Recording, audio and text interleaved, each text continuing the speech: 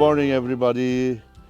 I hope you're all well. Today I'm back with another video to demonstrate and explain about one of the best and rarest plants of Madagascar known as Euphorbia decaryi. The family of this plant is known as Euphorbiaceae, and the gene of the plant is Euphorbia. And the name of this particular is known as Euphorbia decaryi, but some people call it as miniature palm of Madagascar.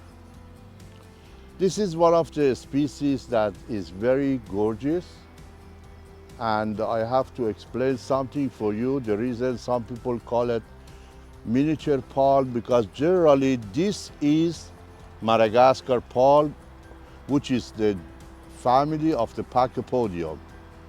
But the reason they call this particular plant as a miniature palm, because the structure of the plant is just a little palms, and they grow on a colony, and the branches grows only about maximum 6 inches. I want to bring this one and show you. They have a very wrinkly leaves, and they have grown in a massive colony, and is very, very rare and is an endangered species. They are growing on the rocky area of Madagascar, and also sometimes you see different variety of it that here known as a hybrid, which they have a reddish color. When they are in a lack of the temperature, lack of the water and high temperature, they turn to be a reddish color, but generally is a different variety of this plant. The original one of this family generally is the green leaves, as you see, and 3 to 6 inch height on branches, and is very easy to propagate. They do love to be in the very high drainage soil system. The soil that I use for this plant generally is a combination of the perlite and peat moss with a little bit of a slow release, which I'm going to show you and demonstrate some of the cutting. As you see, this one has a little bit less perlite, simply because this one is used for the purpose of propagation. When you are doing a propagation by cutting, you have to use a little bit softer soil to root better. But when you are growing the plant, as you see, it has very much perlite. There are two ways of growing it. This is the seedling, means you are growing the plant from the seed, which is a little bit of the technical and professional work. And the other ones are cutting. As you see, you cut a branch, and then throughout the time it will branch out, and then every 2 years, 3 years you repot it until it becomes something like that.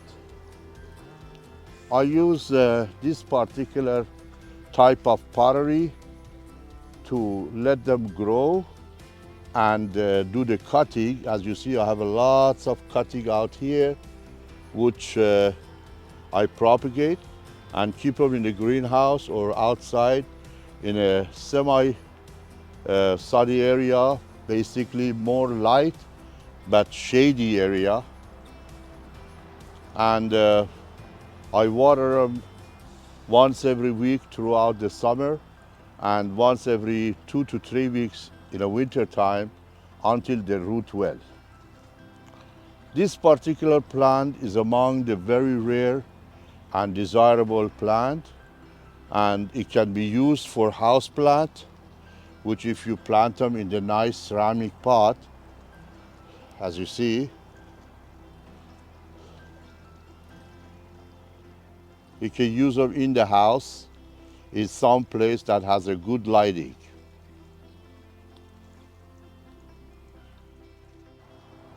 As you see, earlier I explained about the growing the plant by the seed, which you see a single codex will appear, and throughout the years it will rise up from underneath of the soil.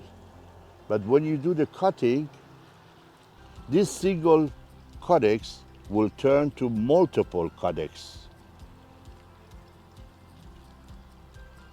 See? The multiple codex. The value of the seedling is always way higher than the value of the cutting. Generally, if somebody wants to look for a very good one of this plant, they are looking for the ones that is from the seed. But as far as the appearance, all of them are about the same, because when they get to this kind of shape, it doesn't matter has a codex or it doesn't have a codex. It's a lush green, beautiful. As you notice, some of these are a little bit brownish and some of them are more green. The reason is that when the plant is in the more shady area and breezy area, it will grow very lush green leaves. And if it is in somewhere that is more bright light and perhaps sunny but not too hot, they dehydrate. The leaves dehydrate and gets a little bit color of the red or brownish. As far as the value, as I have said, this is a very gorgeous and rare and valuable plant, and is an endangered species, means there is not much of them available, even in Africa. Now I'm going to demonstrate and prepare a cutting and plant them to show you how to work. As you see, this is a branch. I'm going to get about 3 inch out and cut the plant. And as you see, when you cut it, there is a milky sap is coming out that you dry it out, just like that. And if you leave it for 24 hours, you can actually use a little bit of the powder and make sure that they are in the shady area. Otherwise, you ruin the cutting. But I will always dip it into the root hormone, as you see, and I plant them in the moist soil. This is a moist soil underneath, and I just plant them like that. So almost 1/2 a plant went under the soil, and another half, a little bit more than another half, is above the soil.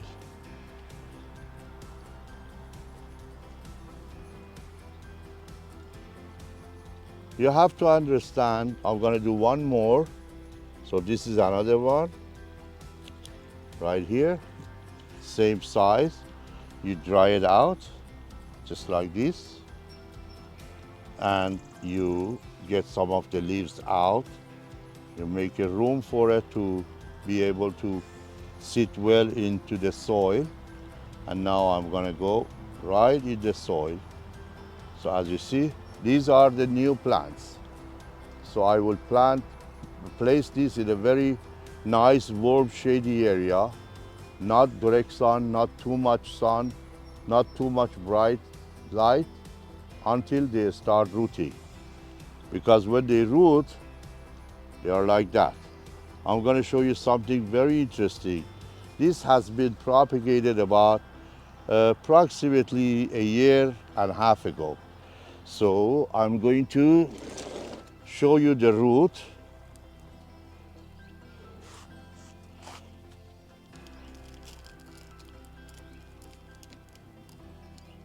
Look at that. It's well rooted. See? Like this. So this plant now is well established and independent, and it doesn't have any problem to be repotted into the nice ceramic pot or a bigger pot. The more you propagate this plant to keep in your position, the more valuable they become. And also I have to mention this to you that there are many varieties of this plant, of this family that known as Euphorbia is available, which I'm going to demonstrate one by one for you, because it's a very large family and it's very gorgeous and a very small and compact plant for indoor or outside patio. Now I like to show you something. As you saw, I have did a couple of cutting on this plant in order to make sure that this plant doesn't get any disease and damage the whole entire plant. I'm going to use fungicide powder, or you can use cinnamon. Either one is good. That makes this plant to stay healthy and not to get any diseases. One of the most important things that I like to bring up to your attention, that when you use this sort of material, such as fungicide or root hormone, you have to make sure that you use gloves and also mask, because you don't want to inhale or you don't want to touch with your hand. However, I hope you pick enough information about this particular video. Now is the summer of 2023. I'm going to enter into the more heavy duty rare species, and I'm going to show you very good information. At the end, I have to bring this to your attention regarding the fertilizing this plant. This plant has a hobby of losing the leaves, as you see right here, during the winter time, and spring, middle of the spring or late spring, they start sprouting. You see there is no leaves, but here these are start picking up more leaves. As far as fertilization, you should not ever fertilize this plant during the winter time, which the plant is in dormant. Dormant is the time that the plant loses all entire leaves and they are just bare. And when you are going to fertilize it during the spring and summer, be very, very cautious about the fertilization. I particularly use a fertilizer called 20-20-20, which is a formula on the pack. And I use practically 1 small teaspoon per gallon of water. So you're diluting it and you're giving it a very, very light fertilizer. Avoid giving them a lot of fertilizer, and avoid giving this plant any fertilizer during the winter time, which the plant is on the edge of the dormant. I hope you enjoyed this video.